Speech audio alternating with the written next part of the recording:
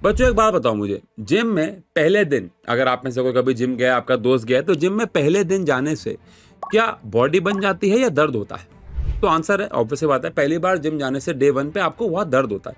लेकिन फिर आप उसके अगले दिन भी जिम जाते हो और फिर आप उसके अगले दिन भी जिम जाते हो दर्द होने के बावजूद, और उसी की बॉडी बनती है, उसी की बॉडी शेप में आती है, वही फिट रहता है। पढ़ाई का सिस्टम भी लगभग कुछ ऐसा ही है। पेपर से पहले, न्यू ईयर के बाद, या फिर कोई मिड टर्म के पहले, 10 घंटे पहले, एक दिन पहले हम पढ़ लेते हैं। फिर कहीं ना कहीं हमारा दिमाग हमारी मसल्स की तरह सोर हो जाता है और फिर हमें पढ़ने का मन नहीं करता और हम बस फेल हो जाते हैं। तो कहीं ना कहीं हम मोटिवेशन के जोश में कंसिस्टेंसी की सुपर पावर को भूल जाते हैं। तो आज मैं आपको ऐसी 5 साइंटिफिक वेज, तरीके बताऊंगा कि आप कैसे अपनी कंसिस्टेंसी को बुलेट प्रूफ बना सकते हो। और ऐसा नहीं कोई टेम्परेरी तरीके, ये लॉन्ग टर्म चलने वाले तरीके होने वाले हैं, पांचों के पांचों। अगर आपने इन पांचों टेक्निक्स को फॉलो कर लिया तो रोज हर एक दिन आप सेम कंसिस्टेंसी से काम करोगे। तो अगर आप अपनी लाइफ को ट्रांसफॉर्म करने के लिए तैयार हो तो जल्दी अभी के अभी कमेंट सेक्शन में जाओ और लिखो आई एम रेडी। सबसे पहली टेक्निक है reset your brains reward system. आज आपको सबको पता है, जब हम अच्छा फील करते हैं, कुछ अच्छा करते हैं, तो हमारे बॉडी में डोपामिन नाम का एक हार्मोन निकलता है। इसके बारे में आपने बहुत सुना होगा, नहीं सुना होगा तो आज सुन लो। डोपामिन आपको अच्छा फील करवाता है जब भी आप कोई काम करते हो। अब आज के डेट में डोपामिन निकलना शुरू हो गया रील्स देख के, जंक फूड खाने से, बिकॉज ये शॉर्ट टर्म चीजें हैं। आप कहीं ना कहीं इन्हें बहुत जल्दी करते हो, बहुत जल्दी खाना, जंक फूड उठाया, खा लिया, कोई वीडियो देखी, स्क्रॉल कर ली, इनसे आपको इतना जल्दी मजा आता है, इतना जल्दी डोपामिन निकलता है कि कहीं ना कहीं आपको पढ़ाई जो कि लॉन्गर टर्म पे आपको फायदा देगी, जिम जाना जो कि लॉन्गर टर्म पे आपको फायदा देगा, ये आपको बोरिंग लगने लग जाते हैं। लेकिन इसका हल क्या है? इसका हल है डोपामिन डिटॉक्स। यानी कि आपको कुछ दिन के लिए इन सब चीजों से, जो आपको इंस्टेंट डोपामिन देते हैं, इनसे दूर रहना होगा। शुरुआत में आप ये काम 1-2 घंटे से कर सकते हो। 1-2 घंटे आप अपने आप से प्रॉमिस करो कि मैं फोन टच नहीं करूंगा, म्यूजिक नहीं सुनूंगा, सिर्फ वॉक करूंगा या सिर्फ पढ़ाई करूंगा। शुरुआत में लंबे समय तक अपने आप को ऐसे टॉर्चर मत करो, क्योंकि आपको फोन चलाने की या ये सब चीजें करने की बहुत हैबिट हो चुकी है। फिर धीरे धीरे इसको बढ़ाओ, 2 से लेकर 4 घंटे करो, 4 से लेकर 10 घंटे करो, और यकीन मानो ऐसा भी होगा कि पूरे पूरे दिन फोन चलाना बंद कर दोगे। मैं ऐसे लोगों को जानता हूं जो पूरा पूरा दिन, मेरा तो चलो खैर काम फोन पे, मैं लेकिन फिर भी फोन में इंस्टेंट रिवॉर्ड वाली चीजें बहुत कम करता हूं। तो आपको भी धीरे धीरे इन चीजों को दूर करना होगा जिनसे आपको इंस्टेंट रिवॉर्ड मिलता है। अब इससे होगा क्या? धीरे धीरे आपकी बॉडी हैबिचुअल हो जाएगी शॉर्ट टर्म डोपामिन के बजाय लॉन्गर टर्म डोपामिन के, और आपको यही खुशी फिर एक चैप्टर को कंप्लीट करके भी मिलना शुरू हो जाएगी। आप एक चैप्टर पूरा करोगे, आपको सेम खुशी मिलेगी जो आपको एक रील या एक बर्गर या फिर एक कोई भी चीज खाने से मिलती थी। अब आते हैं सेकंड, यानी कि कनेक्ट योर हैबिट्स। एक सवाल पूछता हूं, क्या आप रोज सुबह ब्रश करते हो? इसके लिए आपको मोटिवेशन चाहिए? सच बताना। क्या आप ब्रेकफास्ट करते हो? आपको इसके लिए मोटिवेशन? चलो ब्रेकफास्ट फिर भी अलग चीज है, बिकॉज भूख लगती है, बट क्या ब्रश करना अवॉइड किया जा सकता है? लेकिन अब फिर भी रोज, यानी मोस्ट ऑफ द बच्चे रोज सुबह ब्रश कर रहे हैं। क्यों? क्योंकि उनकी वो एक हैबिट बन चुकी है रोज की। बिना ब्रश के मुंह से बदबू आती रहती है, कुछ खाने पीने का मन नहीं करता, तब आपकी रोज की एक हैबिट है, एक न्यूरल पाथवे में फिट हो चुका है आपके ब्रेन के। और साइंस कहती है, मैंने किताबों में पढ़ा है कि एक नई हैबिट को बनाना मुश्किल तो है, लेकिन वो आसान हो जाता है जब आप उसे पुरानी हैबिट के साथ जोड़ देते हैं। इसे कहते हैं हैबिट स्टैकिंग। बहुत सिंपल है, आपकी जो पुरानी हैबिट है, जो करंट हैबिट आपकी चल रही है, उसी के जस्ट बाद आप एक न्यू हैबिट को जोड़ोगे। एग्जाम्पल के तौर पे, जैसे शाम को अगर आप मान लो चाय पीते हो, मान लेते हैं, तो चाय पीने के जस्ट बाद 25 मिनट में फिजिक्स के न्यूमेरिकल सॉल्व करूंगा हर रोज। या फिर मैं सुबह ब्रश करता हूँ, उसके बाद मैं दूध या ब्रेड वगैरह खा के स्कूल जाता हूँ, जो भी है, उसके बीच मेरे पास 20-25 मिनट का गैप होता है, तो मैं उस 20-25 मिनट आज जो स्कूल में होने वाला है उसको रिवाइज करूंगा। या कोई भी और एग्जाम्पल जहां पे आप रोज डेली की पहले से ही प्रेजेंट हैबिट के साथ एक जस्ट आफ्टर दैट एक नई हैबिट करोगे। और यकीन मानो ऐसा करने से आपकी जो नई वाली हैबिट है वो जल्दी आपकी बॉडी अडॉप्ट कर पाएगी, बिकॉज पुरानी हैबिट के साथ वो स्टैक हो जाएगी। फिर आते हैं अगली टेक्निक पे, यानी कि focus on the process not on the prize.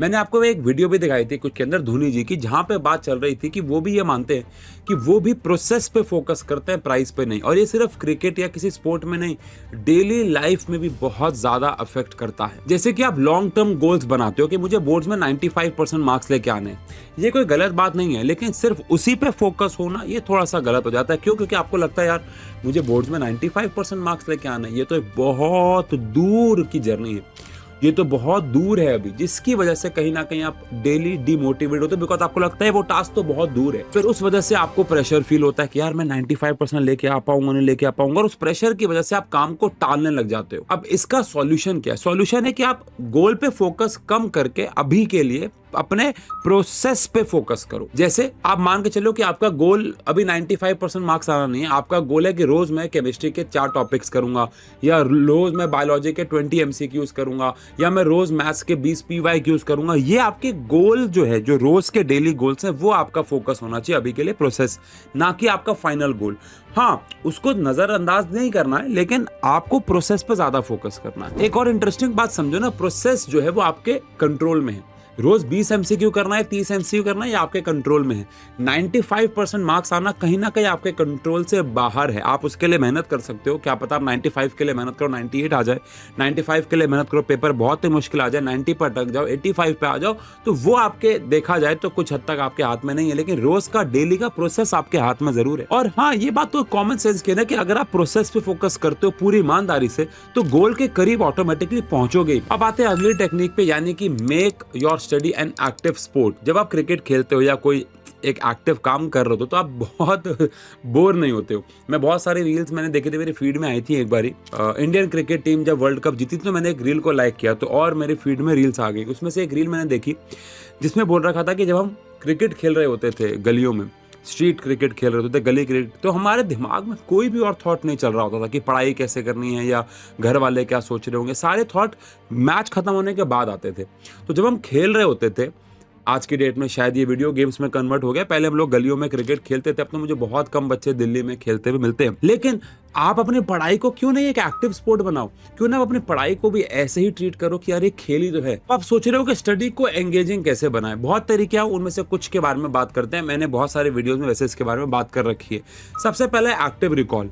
आप जो भी पढ़ते हो 20 मिनट के बाद किताब बंद करो, 20 मिनट के बाद किताब बंद करने के बाद 2 मिनट का गैप दो, 20 मिनट पढ़ो, 2 मिनट गैप दो। उसके बाद आपने 2 मिनट के बाद आंख बंद करके कमरे में बैठ के जोर जोर से जो भी आपने पढ़ा उसको चिल्ला चिल्ला के बोलना है। मतलब बहुत ज्यादा भी नहीं चिल्लाना है, लेकिन बोलना है। और अगर आपको लगता है कि उस एनवायरनमेंट में जोर जोर से बोलना अलाउड नहीं है बिकॉज आप लाइब्रेरी वगैरह में हो, तो मन में चिल्ला चिल्ला के पढ़ो कि आज मैंने इस 20 मिनट में क्या क्या पढ़ा, क्या मैंने कुछ सीखा, क्या मुझे याद भी हुआ, या मैंने सिर्फ पढ़ा ही पढ़ा। अगर आप उस 20 मिनट की बात को कम से कम 5 मिनट भी रिकॉल नहीं कर पा रहे हो, इसका मतलब आपने ढंग से पढ़ाई नहीं करी है। या फिर बहुत आसान तरीके और भी, आपने जो भी आपने पढ़ा, आप चैट जीपीटी पे वो टॉपिक डालो और बोलो कि मेरे साथ इस टॉपिक के ऊपर क्विज खेल। मैं कह रहा हूं आपको मजा आ जाएगा। मैंने एक वीडियो पे इस पे काम किया हुआ है, मैं बहुत जल्द वीडियो लेकर आऊंगा कि चैट जीपीटी के साथ कैसे क्विज खेले। इसमें मैं काम कर रहा हूं, मैं अभी इसको टेस्ट कर रहा हूं, मुझे बड़ा मजा आ रहा है। हमारी टीम में मुझे किसी ने आइडिया दिया था। आप यकीन मानो, लेट अस सपोज टॉपिक है कोलॉइडल सॉल्यूशंस, तो आप उनको बोलो कि मेरे साथ कोलॉइडल सॉल्यूशन के क्विज खेलो। वो आपसे सवाल पूछेगा, आप उसके आंसर देना। आप गलत दोगे सही दोगे वो आपको बताएगा, और इससे आपको समझ में आएगा कि आपने कितनी पढ़ाई करी है। और मैं कह रहा हूं, अगर आप ये चैट जीपीटी की बजाय अपने किसी घर में भाई बहन या दोस्त के साथ खेलने की अगर आपके पास ऑप्शन है तो मजा आ जाएगा। बिकॉज आपको उन्हें प्रूफ करने के लिए कि मैं अच्छा पढ़ाई कर रहा हूँ, मैं अच्छा परफॉर्मेंस दे रहा हूँ, आपको पढ़ना ही पड़ेगा, तो वो कहीं ना कहीं एक स्पोर्ट बन जाएगा। या फिर ऐसी कोई भी और टेक्निक जो आपके पास हो, चाहे वो ग्रुप स्टडी हो, चाहे वो व्हाट्सएप पे दोस्तों को कॉल करके एक साथ में क्विज खेलना हो, या फिर डिबेट करना हो किसी टॉपिक पे, किसी भी तरीके से पढ़ाई को एंगेजिंग बनाओ। अंदर कमरे में अकेले बैठे हुए भी ये काम किया जा सकता है, और दोस्तों के साथ बैठ के तो और आसान है। और आते हैं 5वीं टेक्निक पे, जो है बिल्ड इंटेलेक्चुअल कॉन्फिडेंस। यानी कि एक फेमिन टेक्निक की मदद से आपको एक बड़ी प्यारी चीज समझाने जा रहा हूँ। यार देखो, आप ये मानते हो कि मैं इस बात पे बिल्कुल यकीन करता हूँ कि अगर आप किसी चीज में बहुत अच्छे हो, मतलब आप किसी चीज में परफेक्ट हो, तो वो चीज करने में आपको बार बार और मन करता है। तो इमेजिन करो अगर आपका पढ़ाई में कॉन्फिडेंस बिल्ड हो जाए, तो क्या आपको पढ़ाई करने का मन नहीं करेगा? बिल्कुल करेगा, और समझते हैं। अब आते हैं द फेनमैन टेक्निक, जिनको दिया था रिचर्ड फेनमैन जी ने। बहुत ही फेमस टेक्निक है। इन्होंने इसमें कहा था, if you can't explain it simply you don't understand it well enough. यानी कि अगर आप किसी को उसे आसान भाषा में समझा नहीं सकते, तो आप देखा जाए तो खुद भी नहीं समझे हो। तो जब भी आप कोई पढ़ाई करो, आप उसको अपने नोटबुक में इस भाषा में लिखो कि जैसे आप एक 5 साल के बच्चे को समझा रहे हो। जहां पे आप अटको, जहां पे भी आप उसको आसान शब्दों में नहीं समझा पा रहे हो, इसका मतलब है आप अभी उसे बहुत आसान शब्दों में समझे ही नहीं हो। एग्जाम्पल के तौर पे बहुत सारे मुश्किल लॉज हैं, जैसे बर्नौलीज थ्योरम। अगर आप 11th क्लास के बच्चे हो या 11th क्लास में आओगे तो आपको बर्नौली थ्योरम पढ़ना है। द ओनली पॉइंट इज कि अगर आप उसको ढंग से नहीं समझ पाए हो, ये कैसे पता लगेगा कि आप जब उसे 5 साल के बच्चे को समझाने लायक लिख रहे होगे और आप खुद अटक रहे होगे कि यार क्या समझाऊं इसको, तो इसका मतलब है आपने भी उसे ढंग से समझा नहीं है। ये टेक्निक आपके कंसेप्ट को क्रिस्टल क्लियर कर देगी, और जब तक पिछला टॉपिक इतना क्लियर नहीं होता तब तक अगले टॉपिक पे मत जाना, और अगर हो गया तो अगला टॉपिक पढ़ने की अपने आप मोटिवेशन मिलेगी। तो बस अगर आपने इन 5 टेक्निक्स को फॉलो किया तो यकीन मानिए कंसिस्टेंसी आपके पीछे भागी चली आएगी। करके देखिएगा, सुनने में भले ही थोड़े से बोरिंग लगे इनमें से कुछ, लेकिन सारे के सारे सुपर इफेक्टिव, और इनमें से सब के सबको मैं अपनी लाइफ में इस्तेमाल कर रहा हूं। बाकी मिलते हैं ऐसी और वीडियोस में, तब तक के लिए love you, take care, bye bye. Subscribe जरूर कीजिएगा।